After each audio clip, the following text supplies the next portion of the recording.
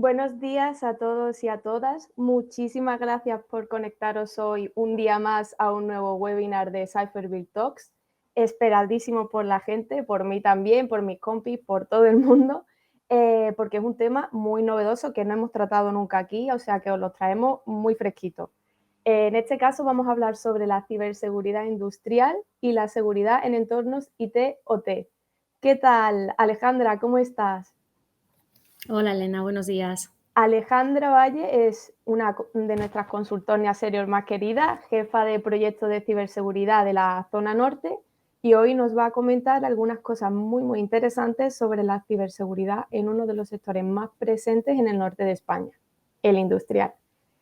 Vamos a tratar temas sobre cuál es el estado de la ciberseguridad en este sector, las características que tiene la diferencia de otros sectores como administración pública o entorno sanitario y a qué riesgos se están enfrentando actualmente o futuro en estos sectores. Recordar, chicos y chicas, que tenéis un espacio para compartir todas vuestras preguntas, vuestras inquietudes, y os lo dejamos por la parte de abajo y, como siempre, vamos a estar encantados de contestaros. Bueno, Alejandra, empezamos ya y, como siempre, estamos encantados de tenerte hoy aquí con nosotros en Cypherville Talks. Bueno, ¿qué puedes contarnos sobre la ciberseguridad en el sector industrial? Dentro de los sectores que se ven afectados por incidentes de ciberseguridad, el sector industrial no es uno de los más afectados, ¿no? Porque, a ver, en las noticias suelen estar presentes ayuntamientos, hospitales o otro tipo de entidades. Pues Elena, lamento decirte que el sector industrial actualmente es top 2 en cuanto a sector afectado por ciberataques. O sea, para que te hagas una idea, la industria es el segundo sector más afectado, con un porcentaje del 23%, solamente superado por el sector público. Además, estos datos entre nosotras están un poco viciados y creemos que en el caso de la industria este dato podría ser mayor, podría igual rondar 30 o 40, ya que no tenemos la certeza de que se notifiquen, de que se reporten todos los incidentes que se materializan en este sector. Por eso decimos que es top 2, pero que podría estar muy cerca del top 1, que, como tú bien indicas, es la administración pública, que los vemos constantemente. Hace poco el de Sevilla, vemos muy a menudo tema de hospitales, nos acordamos ahí también del hospital de Barcelona, de ayuntamientos, que es un goteo constante. Al final también hay que entender que, por ejemplo, las administraciones públicas tienen muy presente que tienen la obligación de notificar estos incidentes, pues porque las administraciones públicas, al contrario que la industria, las administraciones públicas están acogidas al Esquema Nacional de Seguridad, que les obliga, y al final trabajan para la sociedad, tienen mucho más asimilado el hecho de que tienen que notificar los incidentes. Además, como que la opinión pública se hace como más eco, cada vez que pasa algo la indisponibilidad se hace más patente, porque si se cae un servicio público parece que nos damos cuenta antes, y en la industria parece que esto se esconde más. Está un poco como estigmatizado el hecho de que he sufrido un ciberataque, entonces no lo voy a contar, voy a intentar encubrirlo. Si me piden que les pague dinero para que me devuelvan los datos o me devuelvan el servicio, lo pago por tapadillo y lo dejamos así. Esto también se debe un poco por el estigma de no voy a decirlo y también un poco por la falta de concienciación en el sector industrial. Digamos que en cuanto a la ciberseguridad, el sector industrial es bastante novel, entonces no se notifica, pues igual por falta de conocimiento de mecanismos para notificar estos eventos y también un poco por la estigma de decir, bueno, pues lo voy a guardar en casa porque si guardo este secreto parece que ¿Qué me ha pasado? menor. No ha pasado, lo que no se cuenta no ha pasado. Suele pasarnos, y sobre todo como tú dices. Y además, puede que no sepamos identificar cuál es el grado de exposición o de ciberamenazas de este sector, pero supongo que sí que podremos valorar cómo es el impacto que tiene estos ciberataques sobre los mismos, ¿no? Sí, yo antes os hablaba de una estadística, os he dicho que del número de ciberataques divididos por sectores, industria era top 2 porque sufría el 23%, esto de manera oficial. Otro dato que nos preocupa es que a nivel de industria las vulnerabilidades están categorizadas como el 71% de las vulnerabilidades que sufren están categorizadas como de riesgo alto o crítico. Y esto no es porque las empresas hagan productos de peor calidad que vayan a estar expuestos a más amenazas, sino porque las consecuencias de que se materialicen estos ataques son mucho más graves que otro tipo de vulnerabilidades. O sea, es decir, las consecuencias son consecuencias muy graves, entonces por eso se categorizan como alto y crítico. Y hemos dicho que es el 71%. O sea, es una cifra bastante alta. Y os voy a hablar de un ejemplo muy famoso que probablemente muchos de los que estamos conectados los conocemos y sobre todo si hay gente que le gustan un poco las teorías conspiranoicas, que es el caso de Stuxnet. Stuxnet fue un malware que se distribuyó en una central nuclear de Irán mediante el método de USB dropping, que al final, ¿qué es? Pues fue que tiraron pinchos de USB en el suelo, alguien cogió uno de esos USBs, lo enchufó en su ordenador y ahí empezó a caer la pirámide y se infectó el sistema de la central nuclear. Es muy curioso este caso porque provocó unos fallos que hizo que tuvo como consecuencia el parado del funcionamiento de la central nuclear. Era una central nuclear de Irán. Estaba en ese momento en el que había tensiones con Estados Unidos, con Israel, entonces estaban muy, muy, muy protegidos en cuanto a ciberataques y aun eso, este caso se materializó, estuvieron parados bastante tiempo y se comenta, pero no hay evidencias de que este ataque pudo ser provocado por Estados Unidos, por Israel. No se sabe, pero por eso decía que si aquí ya tenemos a alguien que le gusta el tema de teorías conspiranoicas, podría ser. No se sabe, pero hay ligeras sospechas. Algunos igual cuando se contó el caso esperabais algo mucho más espectacular. Una parada de repente entra un bicho de una forma tal, se apagan los ordenadores, aparece la cara de un super hacker. No. Ya visteis que parece simple, pero tremendamente efectivo. Sí que es cierto, Elena. Sí. Sí que es cierto que la industria, sí que hay algunas particularidades por cómo es la industria. Cada sector es un mundo. Al final la industria luego sí que tiene algunos incidentes que son particulares suyos porque tienen unas casuísticas que se dan especialmente en la industria, son propias de la industria. ¡Ay, qué interesante! Me interesa. ¿Podrías contarnos un poco más sobre esto? Hombre, los temas jugosos y temas específicos del sector industrial siempre viene bien saberlo. ¿A qué tipo de incidente o amenaza se ve afectada? Lo que nos gusta un salseo, Elena? Literalmente, sí, yo por eso he ido a tiro hecho. A ver, como hablábamos, el tema del sabotaje, pues es un ejemplo que es muy, muy, muy frecuente y que tiene que tiene mucho impacto. En este caso, el StudNet que hablábamos, pues es un claro ejemplo de sabotaje con unas consecuencias, pues las que fueron, que ya te digo, estuvo bastante tiempo parada, mucha repercusión porque era una de las principales y mira qué fácil y qué débil soy. Pero, por ejemplo, a nivel industria tenemos también uno que es parecido al sabotaje, que es la parada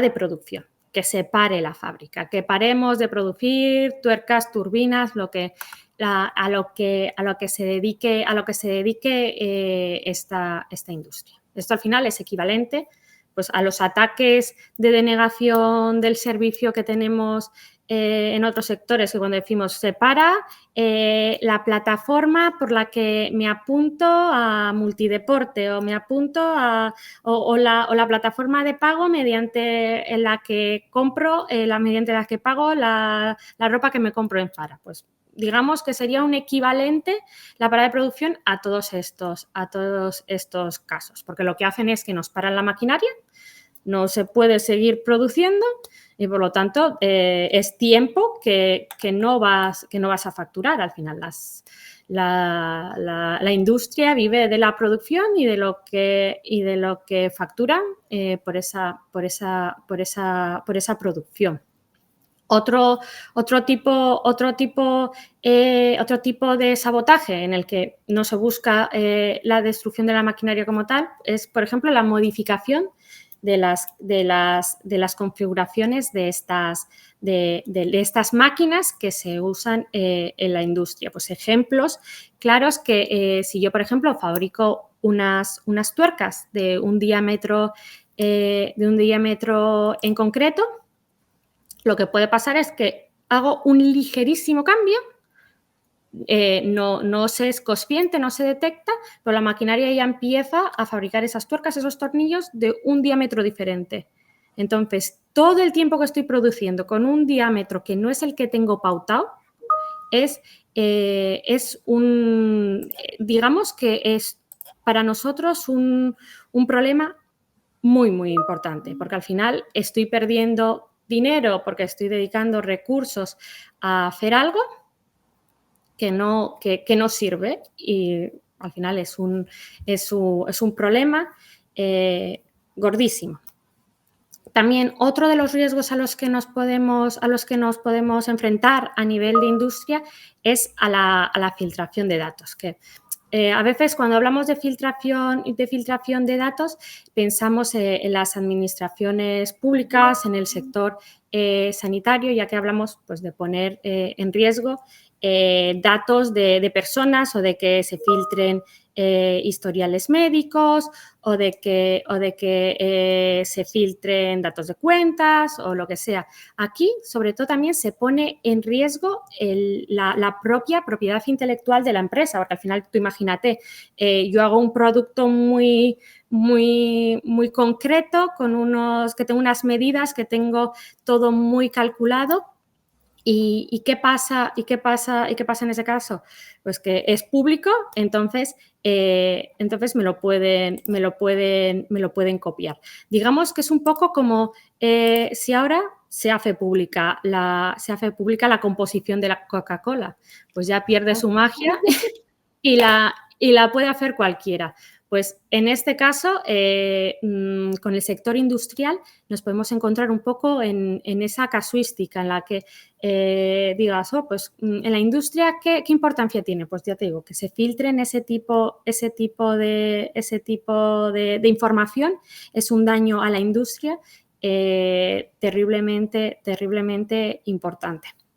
E incluso, que no lo he nombrado antes, también podemos poner en riesgo la seguridad de las personas, que nos cuesta mucho imaginar esto, pero tú piensas que, por ejemplo, si accedemos y cambiamos unos parámetros, que hablábamos antes de que fabrico no sé cuántas tuercas que no es con el diámetro concreto, pero si también igual modifico los patrones de conducta de una máquina, puedo poner en riesgo la seguridad física del operario que maneja esa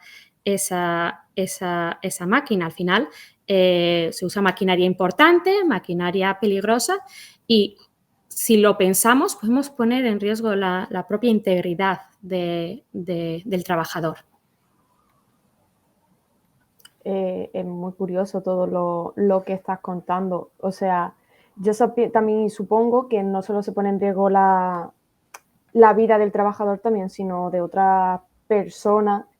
Por ejemplo, si se presta un servicio y esa máquina se cambia la configuración o lo que sea, ese producto ya no es válido y además puede ser que no se den cuenta, se comercialice. O sea, es muy importante cómo podemos ver la ciberseguridad dentro de la industria. Porque además es muy curioso, como siempre estamos recalcando que la ciberseguridad se centra en la seguridad de los dispositivos IT, ¿no? Y además todo debería ser igual, ¿no? Pues aquí viene un poco la trampa y aquí viene también un poco, digamos, que la particularidad de la industria, porque en este sector habitualmente siempre hablamos de seguridad IT, cuando hablamos de ciberseguridad, relacionamos directamente ciberseguridad IT, pero en la industria es fundamental e imprescindible que introduzcamos el concepto de seguridad OT. O sea, van a ir directamente acompañadas. IT y OT van a ir de la mano. Bueno, OT. Entonces, vamos a recapitular. Si la I era de información, la O es de...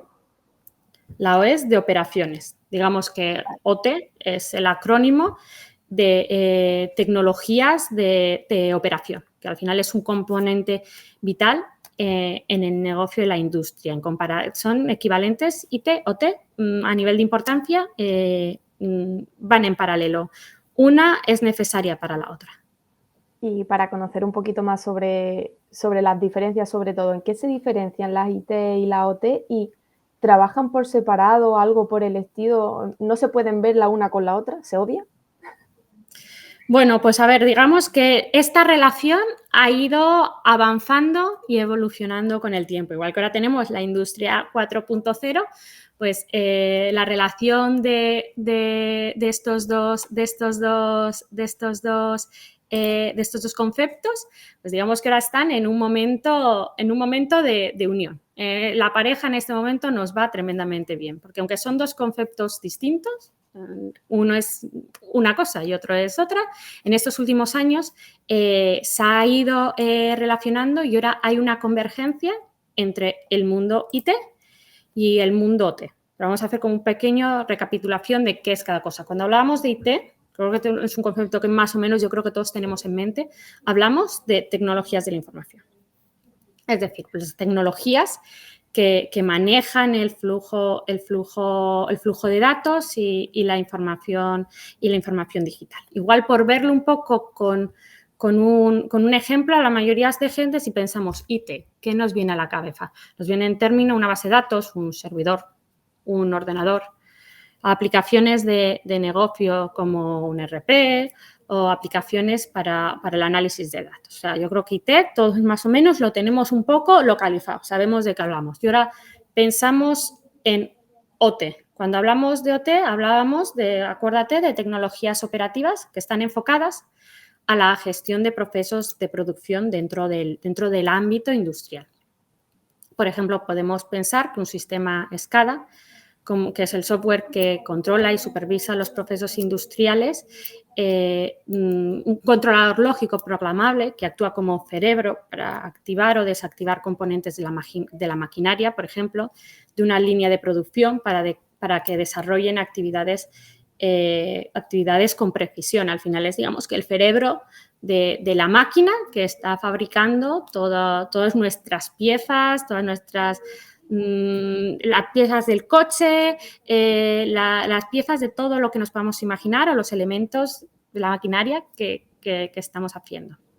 Al final vemos que son mundos que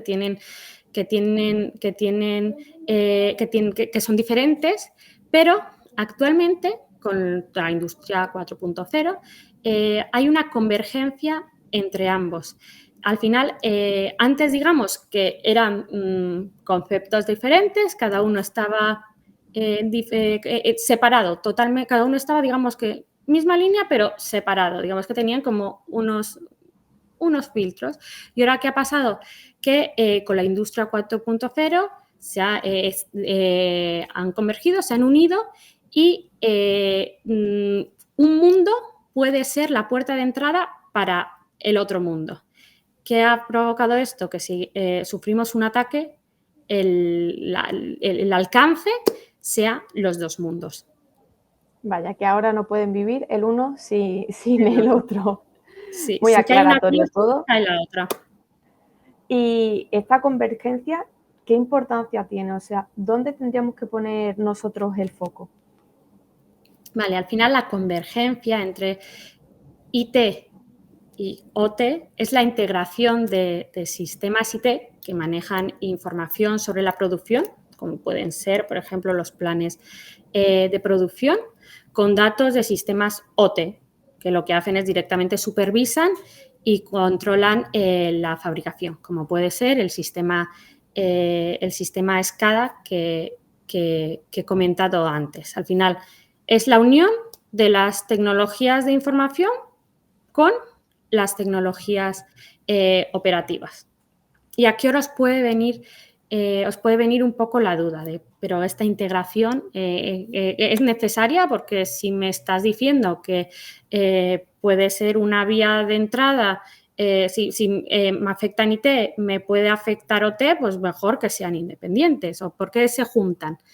Pues al final eso es así porque con el actual fenómeno, con lo que hablábamos de la industria 4.0, ha habido una transformación digital en la industria, de forma que mucho de lo que se está aplicando en el mundo IT, como la Big Data, el Cloud Computing, IoT, se está incorporando en el mundo OT con un único objetivo, que es mejorar las técnicas y los procesos de producción. Entonces, al final, la industria 4.0 al final es la industria tecnológica, la industria moderna. Entonces, para que todo esto sea moderno, ¿qué hemos tenido que hacer? Integrar y unir los dos mundos, buscar la convergencia. O sea, todo, como vemos, hay muchísimas ventajas, muchísimos beneficios los que hemos obtenido gracias a esta transformación digital que se ha producido en la industria, pero sin embargo, ¿qué reto va a representar esa unión y esta convergencia dentro de la ciberseguridad industrial? Efectivamente, pues al final la convergencia aporta muchos beneficios, porque al final permite la toma de decisiones en tiempo real. Al final va a reducir los tiempos de inactividad o va a emplear de forma más eficiente todos los recursos en tecnologías operativas. Pero al final tenemos que tener presente, pues por un lado, los riesgos propios de las tecnologías operativas y, por otro lado, pues siendo conscientes de la conectividad, de esta convergencia entre IT y OT conlleva riesgos y una mayor capacidad de propagación, por ejemplo, del malware. O sea, seguramente todos los riesgos a los que se enfrenta el sector industrial pues, son múltiples, hay una gran variedad, pero como siempre hay vulnerabilidades que son más específicas. ¿Cuáles serían las comunes dentro de los sistemas de control industrial? Pues al final los sistemas de control industrial hasta hace años, como comentaban, han venido funcionando de forma aislada de las infraestructuras IT. Entonces, muchas de sus vulnerabilidades pues, eran difícilmente extrapolables.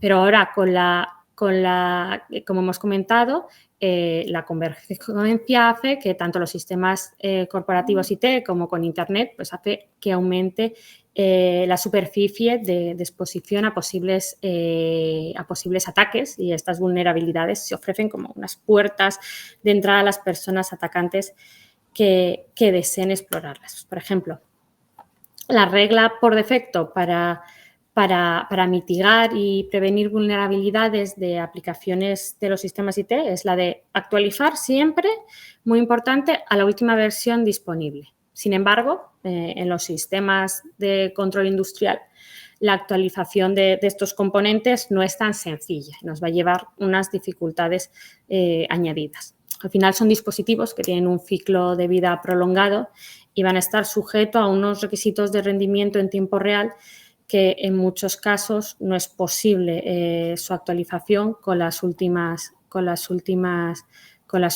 versiones. También hay que tener un poco en cuenta que muchos de los sistemas del control industrial han sido desarrollados hace varias décadas, es decir, ya están un poco viejitos y carecen de consideraciones a nivel de seguridad. Es decir, cuando se han desarrollado no se han tenido en cuenta pautas de ciberseguridad y entonces lo que producen es que sean más débiles. Entonces, seguro que te han preguntado si se pueden utilizar los mismos controles que tienen en IT para OT. ¿Qué nos puedes decir? Pues aquí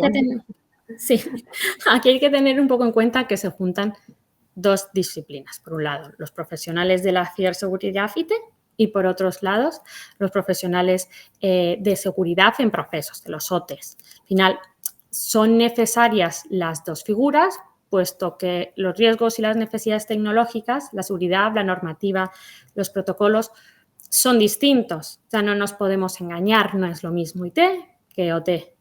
Y no es que sean los controles de IT mejores o los controles de OT mejores, sino que al final tienen necesidades o requisitos distintos. Pues, por ejemplo, a nivel de disponibilidad, pues es muy difícil asumir una parada de servicio, una planta de tratamiento de aguas o una subestación eléctrica.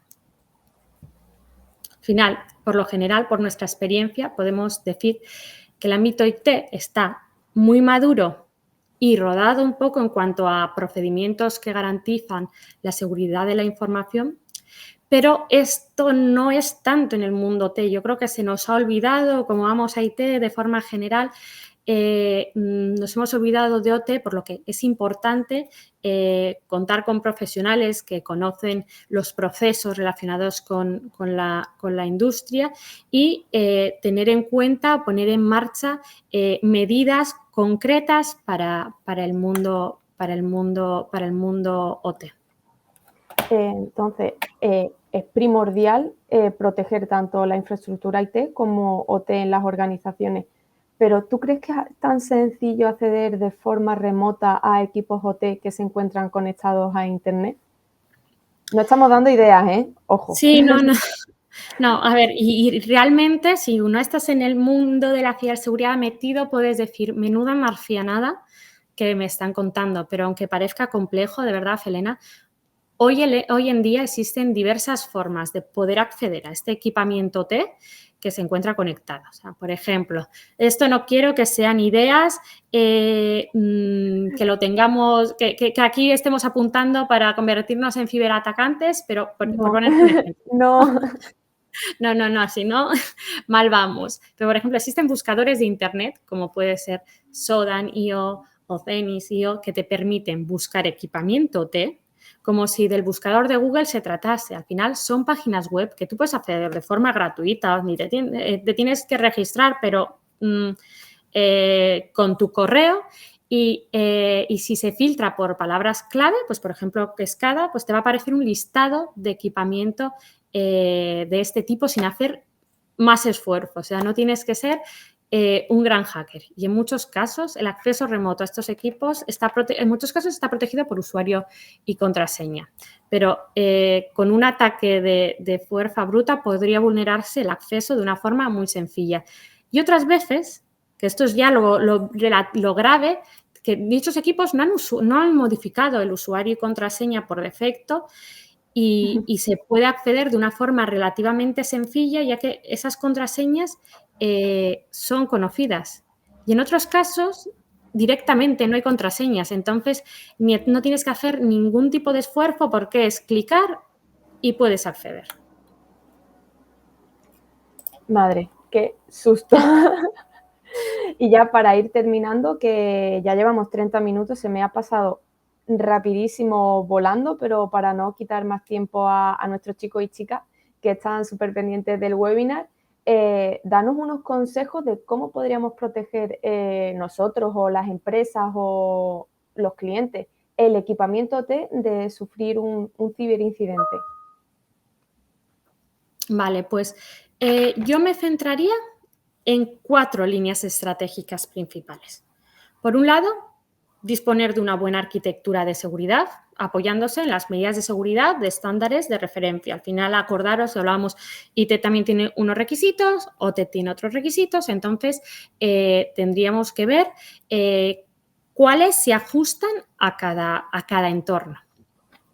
Otro factor fundamental, al final, yo esto no me canso de decirlo, quien me conoce, bueno, esta frase sabe que es mi frase, y es que las personas somos somos el eslabón más débil en la cadena de ciberseguridad. Entonces, importantísimo, la concienciación. Hay que concienciar a los usuarios finales, a los trabajadores, de pautas de ciberseguridad. Pautas que incluso después que las puedes aplicar en tu entorno laboral, pero pautas que puedes trasladar a tu entorno doméstico, trasladarlas a tu familia, a tus hijos. Al final, todos estamos tremendamente expuestos. Después, la tercera, contar con un SOC, con un centro de operaciones de ciberseguridad.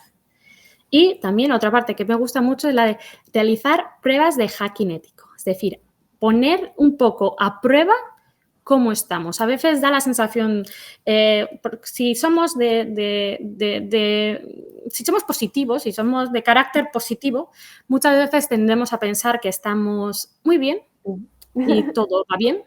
Aquí nada, no hubo algún día que pasó algo, pero bueno, creo que estoy bien. Y puede ser una buena forma también de probarnos, de saber realmente cómo vamos a poder reaccionar en el caso de que pase algo así en nuestra fábrica, en nuestra planta. Y esto es trasladable también, hablamos de industria, pero esto, por ejemplo, es trasladable también, estos consejos es trasladable a cualquier otra entidad pública, privada, porque al final, lo dicho, tienes que un poco tu infraestructura adaptarla, tienes que concienciar, es deseable tener un centro de operaciones de seguridad y también probarnos a través de técnicas de hacking. Bueno, pues lamentándolo mucho, hemos llegado al final de este súper interesante webinar. Sin embargo, todavía no nos vamos porque tenemos que someter antes a nuestra querida Alejandra a las preguntas que habéis estado dejando, que por lo que veo no son pocas. Así que lo siento, Alejandra, tú agárrate por si acaso que viene en curva. Empezamos con la primera pregunta que nos la hace Camila, que nos da las gracias porque ha sido un webinar súper interesante y tiene una pregunta, a ver cómo la contestamos para no crear futuros riesgos, pero bueno, ¿es verdad que ser un ciberdelincuente o la industria de la ciberdelincuencia mueve tanto dinero o es solo un rumor? Ojo. Ostras, me preocupa un poco esta pregunta, no sé si... Sí, a mí también. Igual tenemos que monitorizar qué gente está entrando a ver esto, pero... El SOC. Sí que es cierto que con esto no quiero despertar malas intenciones, tenemos que pasar al bando de los buenos, pero para que te hagas una idea, Elena, la ciberdelincuencia, la industria de la ciberdelincuencia, actualmente está facturando más que la industria del narcotráfico. Entonces, un poco para que te hagas un poco la idea del nivel de facturación que se lleva la ciberdelincuencia. Ninguno nos pasemos al narcotráfico ni a la ciberdelincuencia. Pasemos al lado de los buenos. También Julio nos dice que le ha parecido, bueno, que le está pareciendo un súper webinar, súper interesante y que cuándo podría ser un buen momento para invertir en ciberseguridad. Un segundo que debo responderte antes que se contestan ellos mismos en el chat. Nosotras aquí venimos a leer las preguntas, nos encanta que vosotros interactuéis y contesto tú primero y ahora te voy a contestar la súper respuesta que ha dado uno de nuestros chicos que se ha conectado. Fantástico. A ver, cualquier momento es bueno para invertir en ciberseguridad. Hay que pensar, Elena, que no estamos, digamos, es una inversión. Nunca mejor dicho que es una inversión, porque lo que invirtamos ahora es lo que no vamos a invertir después para poder paliar los efectos de un ataque. Al final, acordaros que hemos dicho que estamos en top 2, 23%, y que ese dato puede ser más elevado. Entonces, nunca es tarde para invertir en ciberseguridad. Encima se puede pautar, empezar poco a poco, diferentes formas de empezar. Hemos estado hablando de diferentes cosas que podemos ir haciendo. Entonces, tenemos muchas formas de entrada. Y también, a veces, que está bien enterarse, somos conscientes, la sociedad es consciente, las administraciones es consciente de lo expuesta que está el tejido industrial.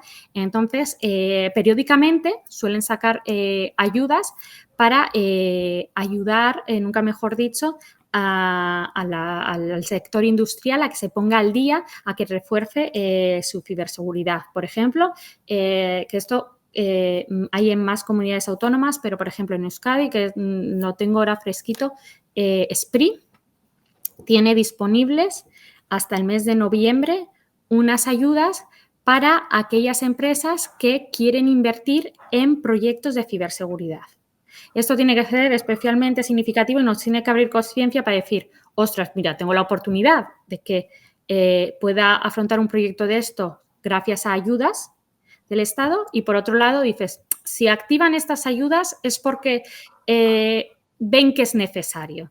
No se nos ha ocurrido de buena mañana decir que expuesta está la industria, sino que a nivel estatal son conscientes de la debilidad de la industria y de la necesidad de que inviertan, y por eso ponen a disposición este tipo de ayudas para que nos animemos y adaptemos y securicemos nuestro tejido industrial. Vale, y ahora te voy a contestar, ¿vale? Bueno, te voy a decir lo que ha contestado nuestro usuario, José Carlos, y ha dicho que su opinión personal es que es cualquier momento bueno para invertir en ciberseguridad. Efectivamente, nunca es tarde ni nunca es pronto. Es el momento. Vale. Otra pregunta que nos la realiza Armando, y así nos dice que así como todos los ordenadores tienen periféricos como teclado, ratón, cámara, las máquinas de ahora vienen dotadas de CPU, memoria, y sus periféricos son brazos neumáticos o correas de transporte, ¿no? Esto es así. Sí, tienen más cosas, pues algunas tienen brazos neumáticos, otras tendrán correas de transporte, otras tendrán, pues al final, como la extensión, lo que te sirve. Pues estos brazos neumáticos pues ayudan a construir X, tendrán pues infinidad, pero sí, digamos que son los periféricos. O sea, no te puedo decir un listado porque cada una lo tiene un poco adaptado a lo que construye, a lo que produzca, pero sí. Vale. Roberto también da las gracias por las charlas porque le ha gustado mucho y nos comenta ahora que con el uso de la inteligencia artificial y otras tecnologías punteras de la industria 4.0, si tenemos que tener en cuenta algún nuevo riesgo que no hayamos contemplado antes en los OTs o con esta convergencia que hay con IT. Claro, al final también hay que tener en cuenta que todas estas tecnologías, y al final cuando usamos inteligencia artificial para la elaboración de lo que sea o para el desarrollo de lo que sea, al final, como siempre, supone un riesgo. Entonces, habría que hacer el estudio de cómo lo integramos dentro de nuestro sistema IT o dentro de nuestro sistema OT. ¿Supone un riesgo? Sí, supone un riesgo también, dependiendo de cómo lo integres. Esto es como todo, si lo haces bien, no supone, te puede elevar un poco el nivel de riesgo. El riesgo existe al hacerlo de una forma descontrolada, sin ningún tipo de medidas. Al final hablábamos de que también, pues a nivel de desarrollo, pues las cosas antiguas o que no se han tenido en cuenta las pautas, pues se encuentran más expuestas. Pues lo mismo pasa con inteligencia artificial. Si lo incluimos dentro de nuestros sistemas IT o dentro de nuestro sistema OT sin ningún tipo de securización, pues obviamente nos va a aumentar mucho el riesgo. Como todo. no hay un avance sin que no implique riesgo, pero ese Ujú. avance se debe hacer adoptando todas las medidas necesarias para paliar esos posibles riesgos. Y otra enhorabuena que nos da María Isabel, bueno, a ti concretamente, que has expuesto de una forma muy clara y muy amena. Y tenemos 2 preguntas más. Voy a hacer primero la pregunta de Begoña y que otra vez una exposición muy interesante. Yo te digo, te tenemos que traer más veces, ¿eh? Y la pregunta es que, ¿cómo podríamos protegernos en nuestro trabajo y en nuestra casa? Una recapitulación de los tips que nos has dado por último, vaya. Vale, aquí acuérdate que hablábamos un poco de como cuatro líneas estratégicas. Hablamos de al final tener una buena arquitectura de seguridad, que tengamos bien implantadas unas medidas, que nuestra arquitectura, que nuestra base sea potente. Basándonos un poco también en los estándares y en nuestros requisitos. También un poco todo dependiendo del sector, dependiendo de nuestras necesidades, de lo que tengamos. Hemos estado hablando de diferentes medidas, mantener actualizaciones. Aquí sería adaptarlo un poco también a nuestra infraestructura, a lo que tenemos y a lo que nos dedicamos. Luego hablábamos de la concienciación. Esto es fundamental, que lo decíamos, da igual el sector a lo que nos dediquemos. Habrá que adaptar el contenido, porque pues, unos trabajan con maquinarias, otros trabajan con menores, otros en entorno doméstico. Entonces, pero es importante la concienciación y el conocimiento. Al final, las personas somos el eslabón más débil en la cadena de ciberseguridad. Contar con un SOC, con un centro de operaciones de seguridad que nos va a estar monitorizando, que nos va a estar avisando si sufrimos algún tipo de intrusión, algún intento de ataque, que nos está vigilando.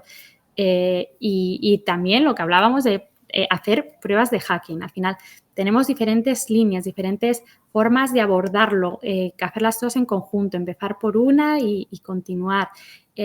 Son pautas, son un poco, luego es adaptado también a las necesidades, pero un poco es seguir ese camino, crear cultura y vivir ciberseguros, nunca mejor dicho. Y ya la última pregunta, que a mí también me interesa que me la responda, y ahora te diré el por qué, y es de Félix, que da muchas gracias, que le ha resultado muy interesante y le gustaría saber lo que tiene que hacer para trabajar en tu equipo. Fíjate que a mí la zona del norte también me gusta, que a lo mejor, oye, se la respondes a él y me la respondes a mí, ¿eh? Bueno, Elena, pues tanto aquí en el norte como OSIA tiene presencia en prácticamente toda España y en otros tantos países del mundo. Aquí en el norte estaremos encantados de acogerte en este gran equipo que tenemos, pero tenemos grandes equipos a lo largo de toda la península y tenemos mucha convergencia, como IT y OT. Mira, aquí nos tiene. Y tenemos 2 vías para poder enviar el currículum, ponerte en contacto con nosotros, que nos conozcamos, que veamos lo que te gusta y que veamos cómo puedes encajar en el equipo. Tenemos la parte de aquí abajo, tenéis un fiverrbit@osia.com en el que poder enviarnos tu currículum. Y después, a través de la web de OSIA, tenemos un apartado que se llama Únete, en el que también nos puedes hacer llegar también tu currículum a través de esa página, y estaremos encantadísimos de conocerte, de ver tus inquietudes y de ver cómo puedes aportar en el equipo. Ay, pues muchísimas gracias por todo, de verdad, Alejandra. Lo dejamos aquí ya para no quitarte ni más tiempo a ti ni a nuestros chicos y chicas que ya se han conectado. De todas formas, tenemos nuestro portal web, tenemos el buzón, que ya lo ha mencionado antes Alejandra, pero otra vez aquí lo tenéis abajo. El correo electrónico, cualquier duda, cualquier inquietud, nos las podéis preguntar. Vamos a estar encantadísimas de responderos, tanto Alejandra como yo. Y vaya que Alejandra va a estar a vuestra completa disposición, que además es la persona que está a pie de cañón con este tipo de servicios y os va a poder echar una mano en todo lo que queráis.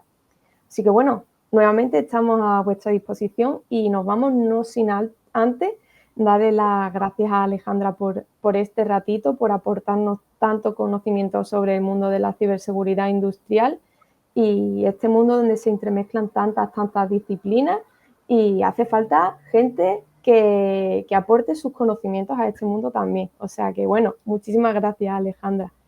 Y Gracias a nada, ti, Ana. y hasta luego, chicas y chicos, y nos vemos en un nuevo webinar de Cypher Big Talks. Hasta luego. Hasta luego, chao.